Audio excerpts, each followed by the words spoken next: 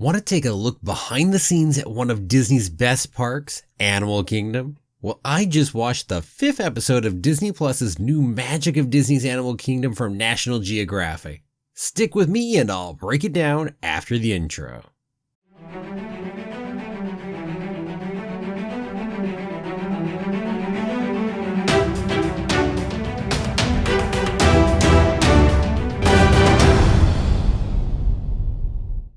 Well, hello there. My name's Jeremy and welcome back to Freeform Disney, where I talk about all aspects of Disney, from the animated movies to the theme parks to Star Wars, Marvel, and Pixar, and the TV shows, and everything else in between. And that is why it's Freeform. And keep coming back every day for new daily content. If you're not subscribed yet, don't forget to hit that subscribe button. Today we're watching the new documentary series, Magic of Disney's Animal Kingdom. The 5th episode is called Aardvark Love. So off the bat, well, you know we're seeing Aardvarks, so let's jump right on in and talk about those Aardvarks. So we get to see Willie, and he's been there for 5 years already, and we get to talk a lot with Missy, who's the animal manager for the Aardvarks. And she is so excited about the Aardvarks, so passionate. Back to my comments about how much I love that we get to see the keepers and the animal managers and the vets. They are such a highlight in this series. And Willie, our Aardvark, oh man, we get to see him walking out in the park, and heck, they are so cute. Look at that long tongue the Aardvarks have too, and constant sniffing. Hey, they're one of the few species that we get to see actually head out and about in the park in here, and I'd love to actually get to meet one in person. Have not had the luck to do that. Heck, I haven't been to Animal Kingdom in the last 5 years, so that might be part of it. They are so much fun. Now, one of the big pieces of drama here in this episode is that we're bringing in a new Aardvarks. For the first time in Animal Kingdom history, they'll have a female Aardvark. So that's going to be Peanut. So we get to see Peanut taking a bath, getting some good old banana avocado combo while doing it. Now I gotta say, you better like slobber if you like Aardvarks. Just like dogs that'll lick you over and over again, so will those Aardvarks. Although, that might be a little more based on the food you put on your hands too. Yeah, you know. And also, Aardvarks, from what we've seen here in this episode, they're so shiny objects, super curious, I gotta check everything out. And the digging. You see those claws on their hands, and they love digging so much. I wonder just how fast they dig up an entire room. A time lapse would really be fun for something like that one right there. And then it's time to finish getting Peanut ready. So first she heads off for an exam. Gotta make sure she's all good. And that means we get to see Dr. Natalie again. Definitely one of our vets we see again and again in there. Not quite as often as Dr. Dan, but pretty close. And also, just fun little comment there. Missy tells us how an Aardvark snout feels just like a toasted marshmallow. So fun. And then, we get to see them finally meet. This is the ending of the episode, actually. And there are so many people off watching. There are at least 12 cast members out there watching with their cameras out, etc., etc. Oh yeah. And, Peanut and Willie, they seem to take to each other right off the bat. No problems, no hesitations right there. Now, there's no mention of babies during the episode, though, so over the 5 months it was filmed or anything shortly thereafter, nothing happened yet. And to be honest, I'm not sure if something's happened since that time, since it filmed till now. I don't remember hearing about anything, but there might be, who knows. But hey, they seem to love digging together, which was a great sign, and we ended the episode with those two Aardvarks together sleeping. Just such a nice little section. On to our second species of the day, and that is the Black Rhino Baudru. Now, Baudru is 19. Now, they normally have a life expectancy of something like 35 to 50, so somewhere mid-range in there. And 3,000 pounds. Yeah, that's a black rhino for you. Now, this one is not your typical black rhino necessarily, because Baudru apparently is this attention hog and absolutely loves humans. And, he'll cry if you walk away to try to get you to come back. And we got to hear a little of that, and it is such a mournful cry that just makes you feel bad hearing it. You just want to turn around and come back. Apparently, normally black rhinos, once they reach adulthood, will grow out of doing that, but not in the case of Badru. And animal keeper Katie is the one that we heard from a ton this time around in terms of Badru. And we got to see a bunch of training with Badru. First off, there's this cool thing where touching the nose to get him to stand still, and they've been able to train him to do that. This is again one of those spots where I wondered just how long the training had to go to get to this point. And also, hey, sounds like he might be a little easier to train due to his love of humans and how much he loves his food and treats. And then the other thing, they play fetch with Badru. Get him a little exercise. And amusingly, I said, who wouldn't want to play fetch with a rhino? Just a little bit before Keeper Katie said it in the episode herself.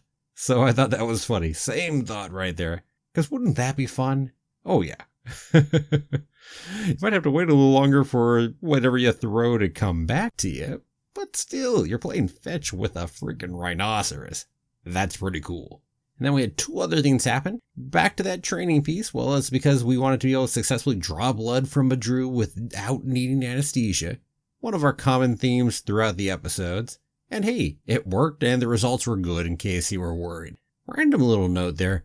There was a vet in there and we actually never identified the vet, which I think is the first time we have not identified one of them.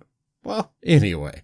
Onward to the last piece of this one, which was that there was a 94-acre area that we got to see a little bit because this is where they grow a whole lot of plants to be able to give to the animals. And we saw animal manager Kristen going in and just grabbing her machete and chopping some down, loading them up in the truck to take on over to Badru as a treat. And wow, that was pretty cool. I didn't know about that 94-acre area, but it makes sense. And also we made a quick little conservation note because black rhinos are critically endangered. There's a bit over 5,000 in the wild. They've actually been recovering a little bit over the last few years, but still critically endangered. Well, onward, away from Badru and over to EPCOT we go because it is time to see a second West Indian manatee, Lil Joe. Now we saw Lou back before in episode 3, so week before last. And this is our first repeat animal species.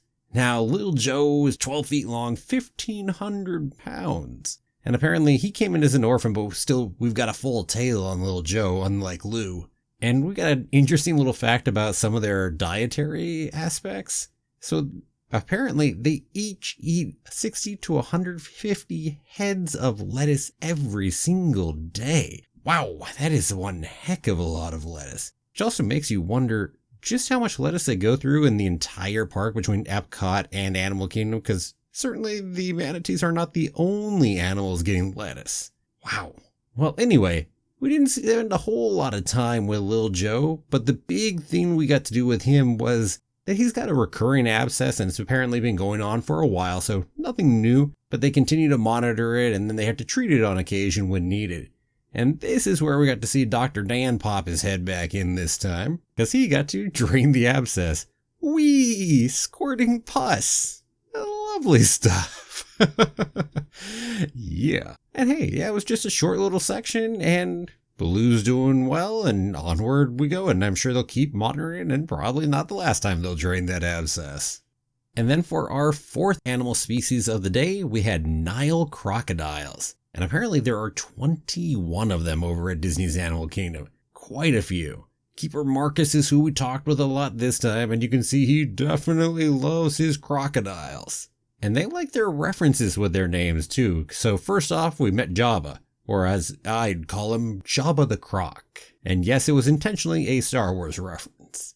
First off, we got to see some of the training they use with them, and they use these color targets. Pretty much this big old pole, and it's got a red square on it. So they go ahead and use that to train the crocodiles to come to it. And they also have a decoy green triangle to help aid in the training to make sure they identify the red one. So yeah, little teensy bit right there. And then we got to see some of that red square a little more in action when we saw our second Nile crocodile, Mr. Campbell. And to be honest, I'm not sure what that's a reference to. I'm sure it's a reference to something, because it's too odd a name for me otherwise. But anyway, he had actually gotten into some kind of incident with another crocodile and lost the back tip of his tail. So they had to get him all the way up to be examined, had to get him to pop into this really impressive contraption that we got to see. So there's like a whole ton of openings on it that they can open or close to examine different parts, or toss the red square in there or give food. And then there's also a whole ton of circular holes that they stick poles in that are used to go ahead and restrain a crocodile when in there. And I love the contraption. It's so intriguing. And what they ended up doing at the end, being able to, after they restrained him, pull the tail out using rope out through one of those back passages. And hey, everything was good in the end. He lost the tip of his tail indeed, but no infection, so all good. But it was really intriguing to see that contraption right there. And hey, that was the episode right there, and it was definitely a solid episode. It flowed right on through. And frankly, I was surprised when it ended. I felt like we had another 10 minutes left. And I'm like, oh wow, that's it. More so than any of the others, it just felt like it ended so fast. But it's not like it's a super short episode or anything. Pretty similar in time. Now that said, I do have to say that it's a little sad to see repeats on the different species and see another manatee. Not because I don't love seeing more of them, I certainly do, but there are so many different species at Walt Disney World. Heck, it was even noted in this episode that there are over 200 different species just at Disney's Animal Kingdom. That means that even if we saw 4 different species every single episode, it would take 50 episodes to see each species just one time. And here we only get 8 episodes and not always 4 different species either. Well, I guess what that really means is that here's hoping for a bunch of follow-up seasons to the show so we can keep looking at more and more and more of the animals out there. And hey, we got another tease for next week's episode, so we'll actually get our second repeat species, and this will be a Nala, a Sumatran tiger. Now, I love tigers, so I really guess I can't complain too much about the repeat, even if I keep wanting to see more of the different species. Oh, and we also know we're going to get to see some porcupines in this one, as the episode's title is Perry's Prickly Pregnancy. So I am definitely looking forward to next week as well. And hey, it's that time, so well, what about you? Who was your favorite animal species this time? For me, probably unsurprising, it was the Aardvarks this time. And hey, also, tell me, what did you think about that contraption for the crocodiles? Did you think it was as cool as I did? Well, let me know down below in the comments. And thank you so much for watching. If you liked the video, please give it a like, a share, and don't forget to subscribe. It really helps out. And I'll see you back here tomorrow for another new episode of Freeform Disney. Have a magical day, and may the force be with you. Always.